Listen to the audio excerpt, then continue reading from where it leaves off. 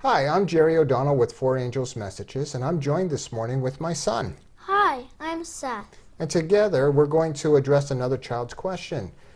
And as a reminder, please send in your questions and we'll address them on a future video recording. But right now we're going to take a moment in prayer. Our Father, thank you so very much for this time to spend with Thee in Thy Word. We pray for Your Holy Spirit to be upon us. And I pray that we would understand through Thy Word the answers to the questions we have. In Jesus' name we pray, amen.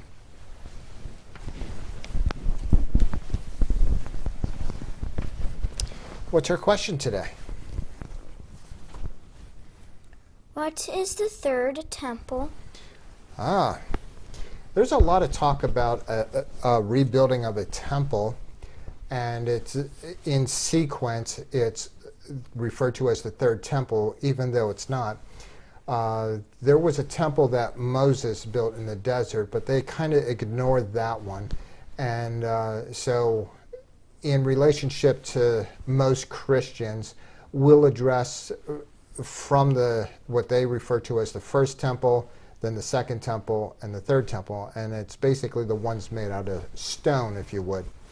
So let's show in the Bible where at least the first two are counted for. So let's take our Bibles and we're going to turn to the book of Kings. First Kings is where we're going to. So in First Kings, we are going to take a look here at chapter 9. So find First Kings chapter 9, and we are going to take a look here at verse 10. So 1 Kings chapter 9, verse 10, the Bible says, "And it came to pass at the end of 20 years, when Solomon had built two houses, the house of the Lord and the king's house." So he has his own house, and then he built one for God, and that's referred to as the first temple. There's other scriptures, but this is the clearest or easiest to understand. So this is referred to not only as the first temple, but also known as Solomon's temple. So if you ever hear that phrase, Solomon's temple, it's the first stone temple dedicated to God for godly service. Now what we're going to do is look at the second temple, and that is referred to in the book of Isaiah. Let's go there, book of Isaiah, chapter 44. Isaiah, chapter 44. And in chapter 44 of Isaiah, we're going to look here at verse 28. Isaiah chapter 44, verse 28, the Bible says, "That saith of Cyrus, he is my shepherd, and shall perform all my pleasure, even saying to Jerusalem, thou shalt be built, and to the temple thy foundation shall be laid." And so under Cyrus, who was part of the Medes and Persians that took down Babylon, because remember, Babylon came into Jerusalem and basically broke down that Solomon's temple. It was leveled. The walls weren't standing anymore. And so according to this passage here, under Cyrus, not a Jew, but under Cyrus, who would actually be a commander, basically a leader of the then known world, he would tell Jerusalem, go back, you people, and at least build the foundation of your temple. And so that's the erection of the second temple, which, by the way, lasted all the way through the life of Jesus. And so when the disciple says, Jesus, what look how marvelous this temple happens to be in appearance. And Jesus answers back that not one of these stones is going to be left upon another, implying that it's going to be destroyed. And that implication, that implying of it, actually came true. In 70 AD, the Roman authorities came through and leveled again that temple. And in fact, it stays leveled at this point. And a lot of Christians now think that there's a third temple that's going to be built. And they have all these prophecies about the third temple that they point to, but they are missing something. And we're going to find out what that missing something happens to be in the book of Ephesians. Let's go to Ephesians now. Book of Ephesians.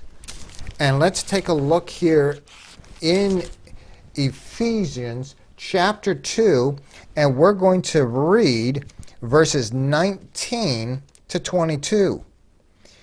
It says here in Ephesians chapter 2, "Now therefore ye are no more strangers and foreigners, but fellow citizens with the saints, and of the household of God, and are built upon the foundation of the apostles and prophets, Jesus Christ himself being the chief cornerstone, in whom all the building fitly framed together groweth unto an holy temple in the Lord." There's our third temple.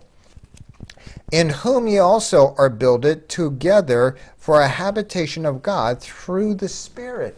It's not a physical temple. It's a spiritual temple.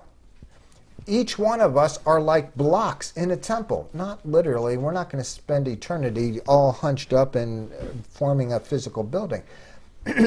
But God compares the next temple to actually, Jesus being the cornerstone, the apostles the foundation, and from there, every generation thereafter adds on to that temple being stones, if you would. And basically, this is all spiritual, that the third temple is not a physical one here on earth. Jesus himself said, "My favorite people, my favorite nation, I'm done with you, and I'm giving it to a different nation to have the responsibility of carrying the gospel." And so it happened in 34 AD. And that's why it didn't matter that in 70 AD the Romans knocked it down. So we have Solomon's temple, number one. And you can count 1, 2, 3, right? And number two was the next temple that was built under the Medes and Persians, and that Jesus himself was able to walk through. And the third temple is not a literal temple at all. It happens to be a spiritual temple where we make it up by choosing to be part of Christianity. True Christianity, not any fake Christianity. So there's our answer. Don't be looking for a physical third building. Let's pray.